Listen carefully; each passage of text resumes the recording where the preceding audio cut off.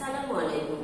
Shimul memorial north south school and college কর্তৃক অনলাইন ক্লাসে আয়োজিত সপ্তম শ্রেণীর সকল শিক্ষার্থীকে জানাচ্ছি স্বাগত। উপস্থাপনায় আছি আমি সাবিনা ইয়াসমিন, সহকারী শিক্ষক, Shimul memorial north south school and college. আজকে আমি বাংলাদেশ বিশ্ব পরিচয় বিষয়ে অধ্যায় 12 বাংলাদেশ ও আন্তর্জাতিক সহযোগিতা পাঠ 3 থেকে 6 এই অংশটির উপরে ক্লাস নেব। আশা করি তোমরা সকলে ভালো আছো, বাসায় আছো। তোমরা সকলে ভালো থাকবে, নিরাপদে থাকবে, সুস্থ থাকবে এবং এই করোনাকালীন সময়ে আমাদের যে নিয়মগুলো রয়েছে, স্বাস্থ্যবিধিগুলো রয়েছে, আমরা সেগুলো মেনে চলবো। দ্রুত এই সময়টি পার করবো এই প্রত্যাশা নিয়ে আমি আমার ক্লাসটি শুরু করছি। তাহলে আজকে আমরা ক্লাসে যা জানতে পারবো তার শিখন ফল তোমাদের তার আগে মনে করে দিই যে এই ক্লাসটির আজকে শেষ অংশ, অর্থাৎ আমরা প্রথম ক্লাসে এই ক্লাসে বা এই অধ্যায়ের প্রথম পাঠগুলোতে জেনেছিলাম জাতিসংঘের পটভূমি, কেন জাতিসংঘ গঠিত হয়েছিল, কি উদ্দেশ্য নিয়ে জাতিসংঘ গঠিত হয়েছিল। তারপরে জেনেছিলাম জাতিসংঘের যে প্রধান 6টি অঙ্গসংস্থা বা শাখা, তার কাজগুলো এবং সেই শাখাগুলো কি কি কাজ করে। আজকে আমরা জানবো জাতিসংঘের কাজ এবং বিশ্ব শান্তি প্রতিষ্ঠায় জাতিসংঘ কিভাবে ভূমিকা রাখছে। অর্থাৎ আজকের পাশের শিখনফল জাতিসংঘের কাজগুলো কি কি করে তা ব্যাখ্যা করতে পারবে, বিশ্ব শান্তি প্রতিষ্ঠায় জাতিসংঘের ভূমিকা ব্যাখ্যা করতে পারবে এবং বিশ্ব শান্তিরক্ষী বাহিনীতে বাংলাদেশের যে ভূমিকা তা বর্ণনা করতে পারবে। এখন চলে যায় আলোচ্য বিষয়ে। আলোচ্য বিষয়টি তোমরা খাতায় লিখে নেবে। তাহলে আজকের আলোচ্য বিষয় নিশ্চয়ই আমরা বুঝতে পারছি জাতিসংঘের কাজ, বিশ্ব শান্তি প্রতিষ্ঠায় জাতিসংঘের ভূমিকা, বিশ্ব শান্তিরক্ষী বাহিনীতে বাংলাদেশের ভূমিকা।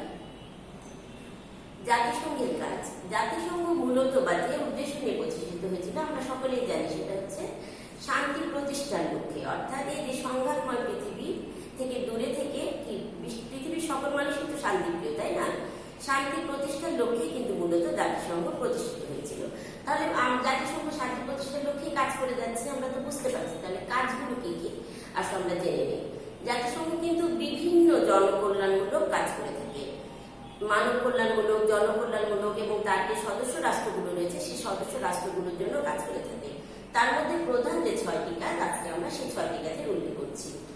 তাহলে প্রধান 6টি কাজের মধ্যে প্রথম কাজটি হচ্ছে দেখো আন্তর্জাতিক সহযোগিতা, শান্তি, শৃঙ্খলা ও নিরাপত্তা নিশ্চিত করা। আগ্রাসী রাষ্ট্রের বিরুদ্ধে অর্থনৈতিক ও কূটনৈতিক অবরোধ আরোপ করা। শান্তি প্রতিষ্ঠা ও যুদ্ধ বন্ধের জন্য শান্তি রক্ষা বাহিনী মোতায়েন করা।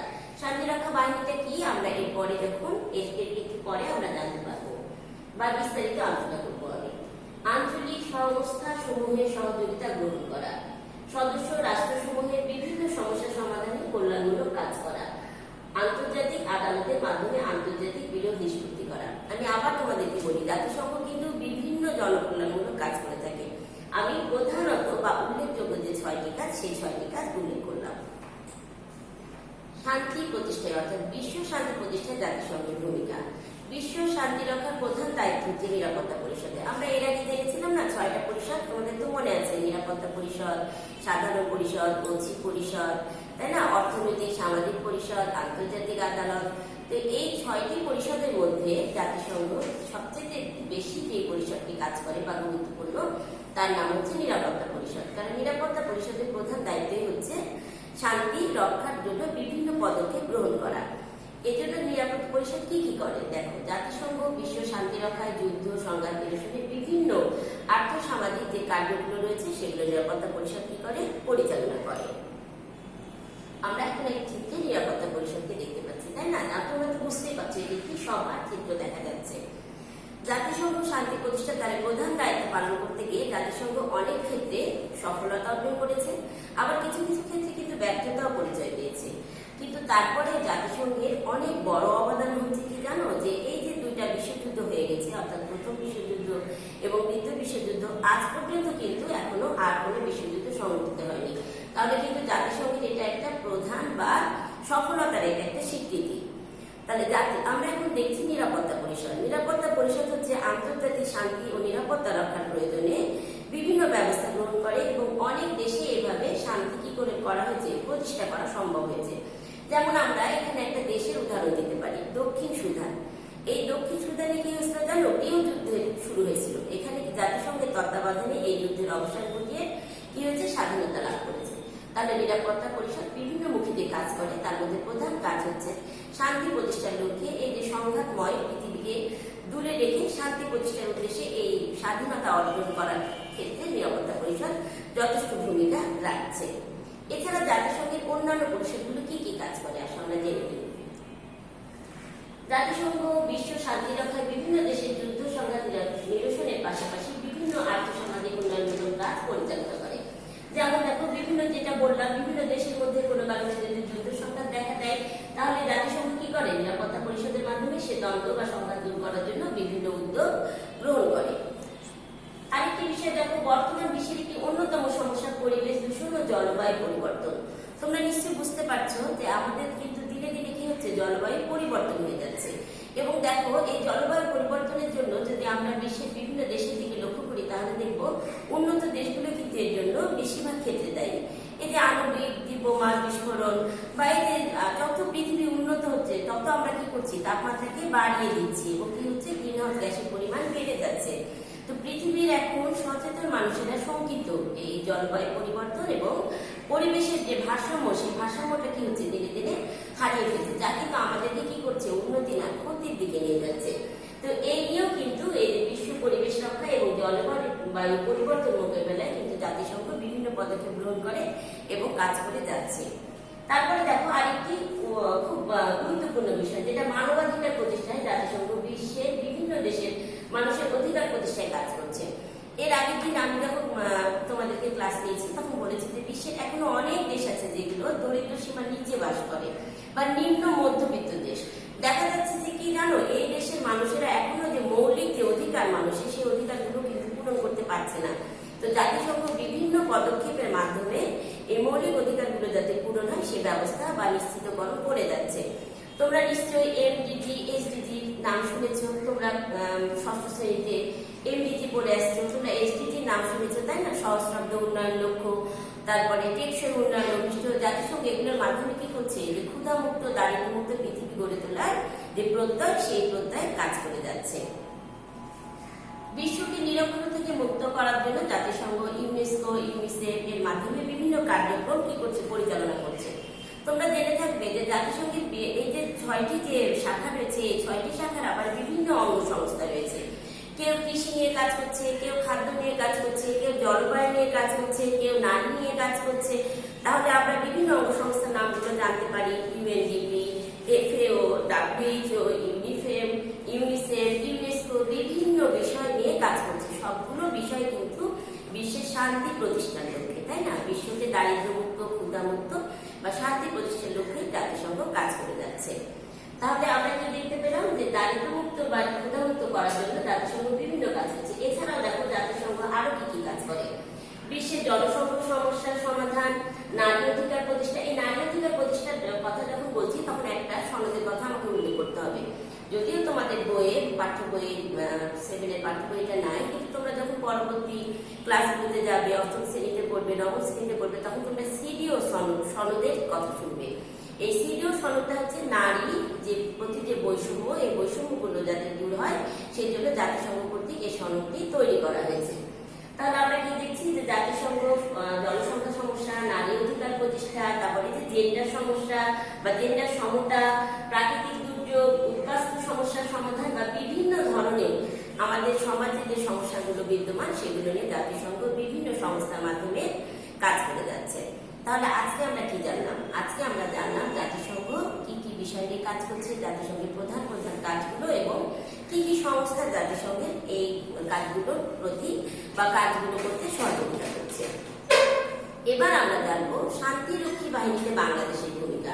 প্রথমেই বলি, এটিও নিরাপত্তা পরিষদের কর্তৃক একটি বাহিনী। এই বাহিনীটির নাম হচ্ছে জাতিসংঘ শান্তিরক্ষী বাহিনী। জাতিসংঘ শান্তিরক্ষী বাহিনীতে বাংলাদেশ অত্যন্ত সফলতার সাথে কাজ করে যাচ্ছে। আমি যখন আলোচনা করবো তখনই তোমরা বুঝতে পারবে। দেখো, বাংলাদেশ জাতিসংঘের শান্তিরক্ষী বাহিনীর একটি অন্যতম সদস্য দেশ। দেখা যাচ্ছে যে 1974 সালের পর থেকে বাংলাদেশ যে জাতিসংঘের সদস্য পদ লাভ করেছে, তারপর থেকে বাংলাদেশ কি হয়েছে, বিশ্বের শান্তি প্রতিষ্ঠার বিভিন্ন ক্ষেত্রে বাংলাদেশ কিন্তু অংশগ্রহণ করে আসছে এবং অত্যন্ত সফলতার সাথে অংশগ্রহণ করে আসছে। তাহলে বাংলাদেশ 1988 সালে শান্তিরক্ষী বাহিনীতে সর্বপ্রথম সশস্ত্র বাহিনীর সদস্য প্রেরণ করে। আমাদের মনে রাখতে হবে কত সালে? 1988 সালে। বাংলাদেশ সশস্ত্র বাহিনীর সদস্যরা শান্তিরক্ষী বাহিনীতে যথেষ্ট সুনাম অর্জন করেছে। আমরা একটি চিত্র দেখতে পাচ্ছি, তাই না? শান্তিরক্ষী বাহিনীতে বাংলাদেশের সশস্ত্র বাহিনীর সদস্যরা যেভাবে কাজ করছে। তাহলে বাংলাদেশ 2015 সালের আগস্ট পর্যন্ত জাতিসংঘ শান্তিরক্ষী বাহিনীতে মোট 1,57,050 জন সদস্য পাঠিয়েছে। এটা সেনাবাহিনী, নৌবাহিনী, পুলিশ বাহিনী এবং সশস্ত্র বাহিনীর সদস্যরা এখানে কাজ করছে। এখানে কিন্তু মহিলা পুলিশ বা মহিলা সদস্যরাও কাজ করে যাচ্ছে কৃতিত্বের সাথে। তাহলে বাংলাদেশ হচ্ছে 40টি দেশে 50টি মিশনে কাজ করছে। মনে থাকবে তো তোমাদের, বাংলাদেশ 40টি দেশে 50টি মিশনে, অর্থাৎ শান্তিরক্ষী বাহিনী 40টি দেশে 50টি মিশনে কাজ করে যাচ্ছে।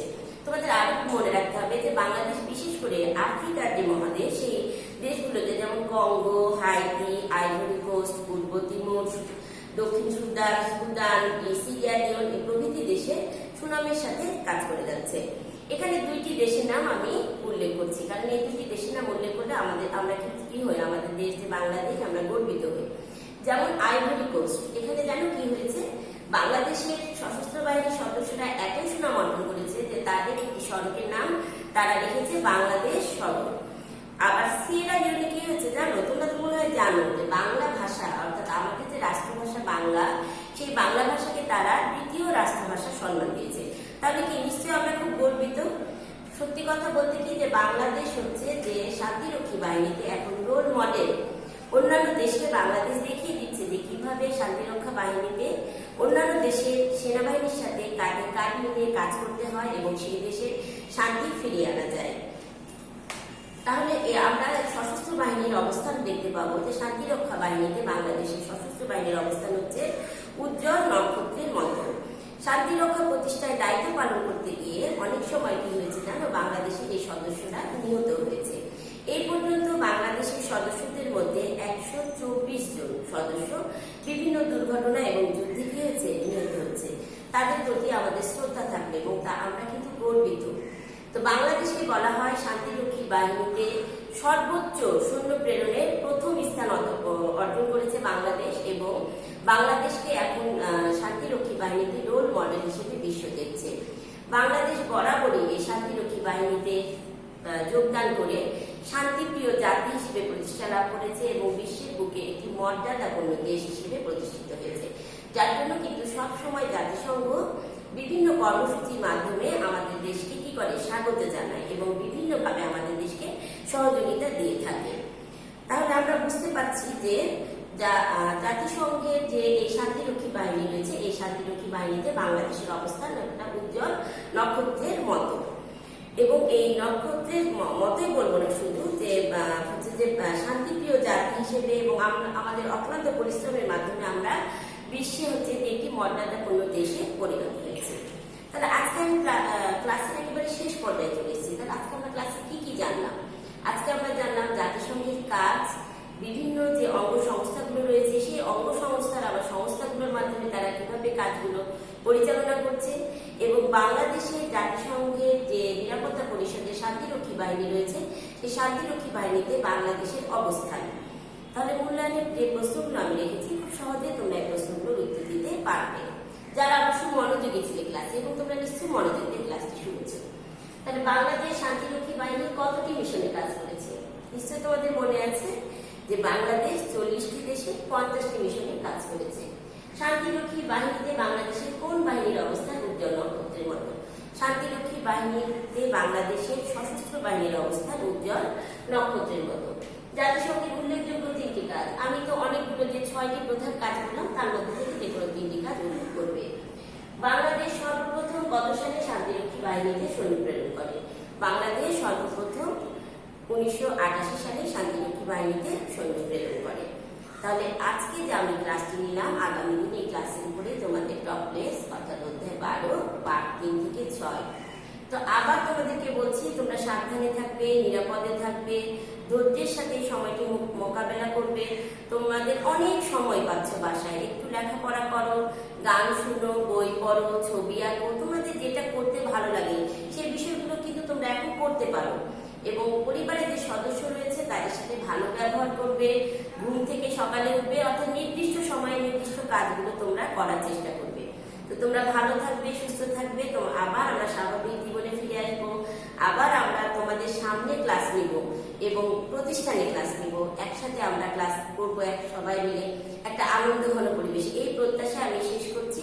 সবাইকে ধন্যবাদ।